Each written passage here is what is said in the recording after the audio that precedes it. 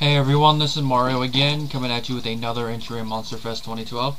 Today's review is of a movie I first saw a couple years back, and I've been meaning to give it another watch ever since. I liked it the first time, and I have to say with the second viewing, I like it still, and I probably like it a little bit more, especially with the sad state of horror movies today.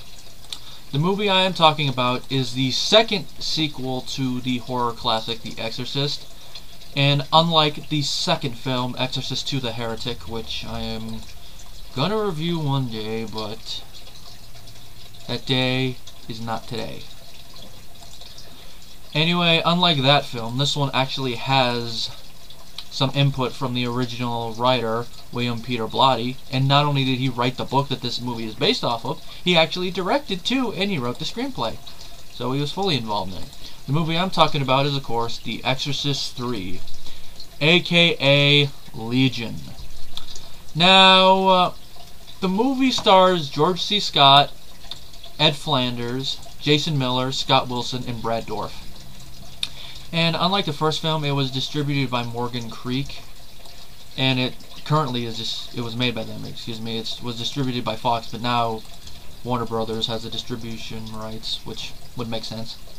Now, the backstory of this film is that Blatty, he had no desire to write a sequel to The Exorcist, but he eventually came up with a story that became Legion, which would feature the character of Lieutenant Kinderman, who, although he was a prominent character in the original novel, he's basically a minor character in the film, which doesn't really hurt the film, but some of the scenes of him that were cut out do kind of make you wonder about leading into this film. Like I mentioned, I believe in my review of The Exorcist, that there's one scene deleted at the very end that actually sets up the friendship between Kinderman and Father Dreyer, which is what leads into this film. So, in that regards, you probably would have to have either seen the deleted scenes from the first movie or have read the novel in order to understand part of the plot of this. Because if you've only seen the theatrical cut of the first movie and you're like, what the heck, why are they friends? Maybe you can assume that because of the case they somehow met and became friends over the years, but that's the one reason why I think that, well, I'm actually glad they have the extended cut out, because it answers a few questions. But anyway, Blatty originally conceived Legion, to be a feature film with William Friedkin, the original director of The Exorcist, attached to direct. And of course, despite the fact that Exorcist II was a critical and commercial failure, Warner Brothers were very keen on it, especially with Blatty and Friedkin coming back for another one. And as Blatty put it, everybody wanted Exorcist III. I hadn't written the script yet, but I had the story in my head, and Billy loved it. However, Friedkin left the project due to conflicting opinions between him and Blatty, and the film went into development hell. So, Blatty was like, what the hell, and he wrote Legion into a novel, and it was published in '83, and it was a bestseller. And as of the time of this recording, I have not read it yet. It's over there, and it's actually the movie tie-in version, actually. Okay, after that, Blatty decided to turn the book into a screenplay, and he took him to Morgan Creek and Carol, which you guys all know what happened to that studio. Blatty decided to go on Morgan Creek because Carol wanted the idea of putting a grown-up Reagan into it and giving birth to possessed twins. I only have one reaction to that. That's an idea they wanted to go through for an Exorcist sequel. It's no wonder that they ended up going bankrupt in the end, but anyway. Eventually, this is something I find interesting, Blatty offered the directorial duty to John Carpenter. He liked the script. Now, that would have been interesting. Imagine John Carpenter directing an Exorcist movie. That would have been creepy. He probably would have had the pull that the studio wouldn't have done what they ended up doing, but the reason Carpenter backed out is because he saw that Blatty wanted to direct the movie himself, and I guess he didn't want to be a prick, so he's like, Blatty, you want to do it? You could do it, but I can tell you the script's good. Now, with casting, L.J. Cobb, who played Kinderman in the original movie, died in '76, so if you're going to do a sequel with his character, you're going to have to recast him. And they got the Oscar winner, George C. Scott. And I have to say, this is a case where I actually prefer the recasting, because even Kinderman, his actor in the first movie was okay, but maybe it's because he didn't have screen time, or maybe because after reading the novel, maybe it's a combination of that, but I just like George C. Scott more. I just buy him as Kinderman more. Maybe it's because I like him better as an actor. Maybe I've seen his other performances so I can judge him better, but maybe it's just me. And this is what he had to say about the screenplay. It's a horror film and much more. It's a real drama. intricately crafted and offbeat, interesting characters, and that's what makes it genuinely frightening. And I have to agree with them about that, even though the studio did kind of mess with it a little bit, which I will get to. And of course, several other actors from Blatty's previous films are in it. Jason Miller reprises his role from the first movie. Ed Flanders takes over the role of Father Dyer from William O'Malley, which doesn't bother me. And then, of course, there's some cameo appearances. And the film was shot with a budget of around $11 million, and I can see a majority of that money on the screen. And it ended up grossing only, let's see, I'm reading the thing here,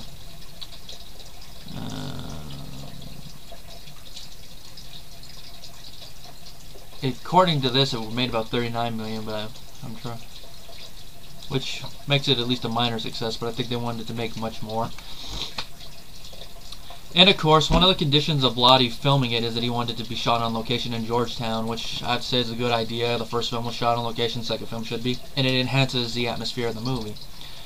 Now, if there's one thing that really does kind of hurt this movie, it's only minorly, it's the fact that the studio decided to go to more commercial route. What they did was that they ordered Blatty to film some more scenes, and those are exorcism scenes.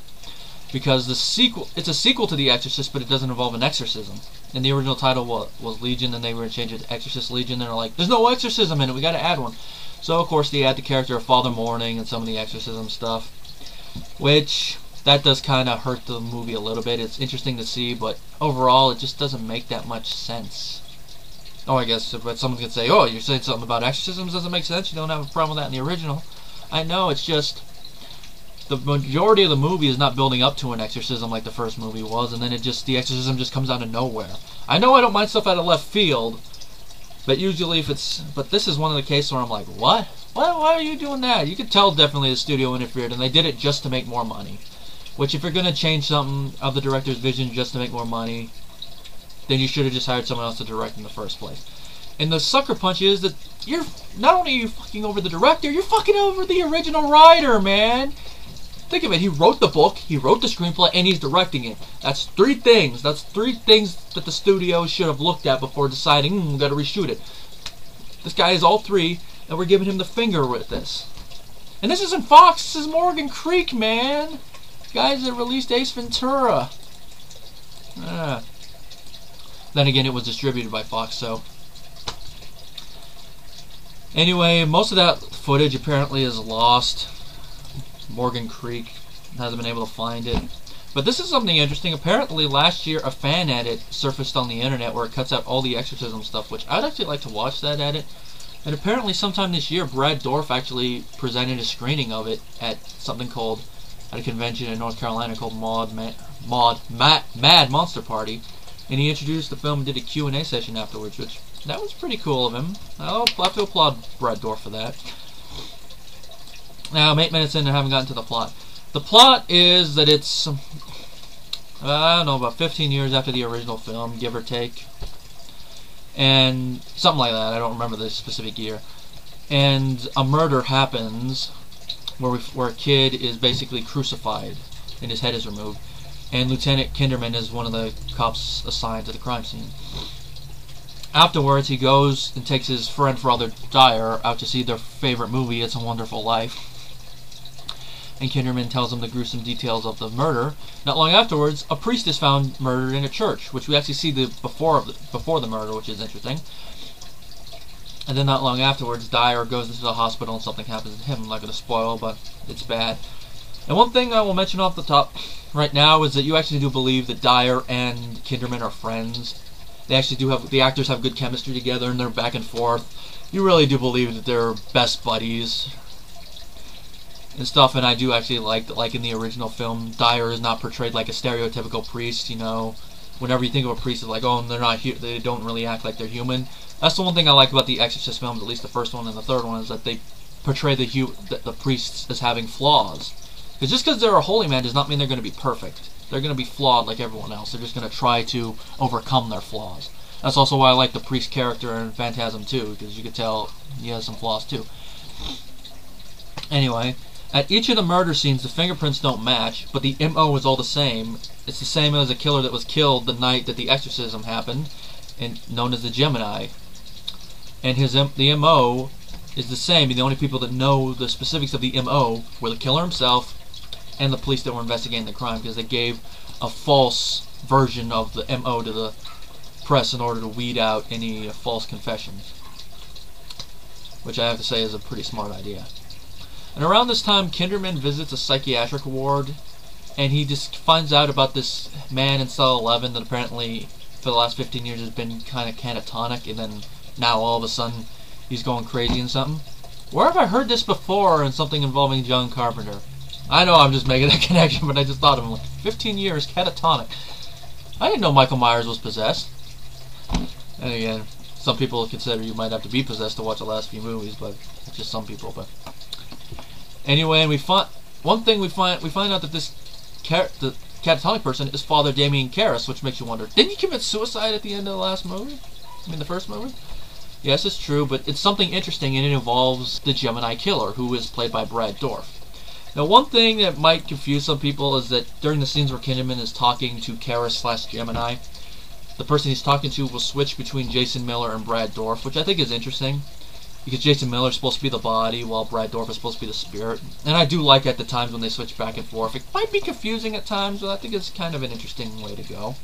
And I do like Brad Dourif's performance as being a crazy spirit, while Jason Miller being the body that's basically just being possessed. It was very interesting, all the back and forth.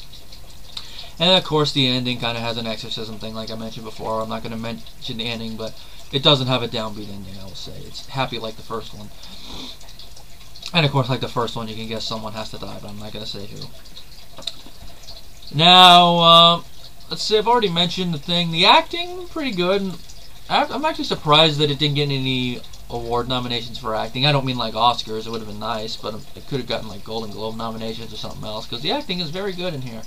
And I will say, Blatty, I don't know if he directed any other movies, which I'm going to check. I want to check real quick and see if this is his only directorial credit, because if it is a crying shame. No, it's not. He also directed a movie 10 years before called The Ninth Configuration, but since then he hasn't directed anything since, which is a shame, because he actually knows how to frame shots very well, unlike Samuel Bayer. I know I constantly bring him up, but it's true. Blatty, he should have directed a couple more movies. I mean, I like to see him get another shot nowadays. But then again, probably because of this movie not living up to expectations, it's probably not going to happen. But as you can tell, I would really like them to find the footage and release a director's cut. But if they do release another DVD, I would like them to go the ET route. Release both the release the new edition and the original edition. At least give fans the option, like if they want to get a better DVD of the original cut, but also have the new cut, the original cut, just to see what it's like. Yeah, that'd be better. Don't go the George Lucas route. Let's see, acting is good. The score, interesting. They do use the original Exorcist score a couple times, but then I do like the choir music at the end of the movie that kind of goes into the credits. Very interesting.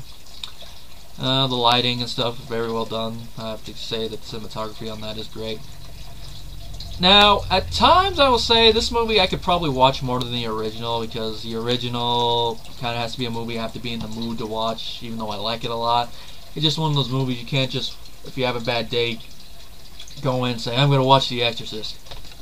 The Exorcist III, on the other hand, I could probably find myself watching anytime. I'm surprised it took me so long to watch it again. It's been 2 years, but boy do I love this movie. And the DVD is bare bones, so I'll stick with my AVI until a better DVD is released.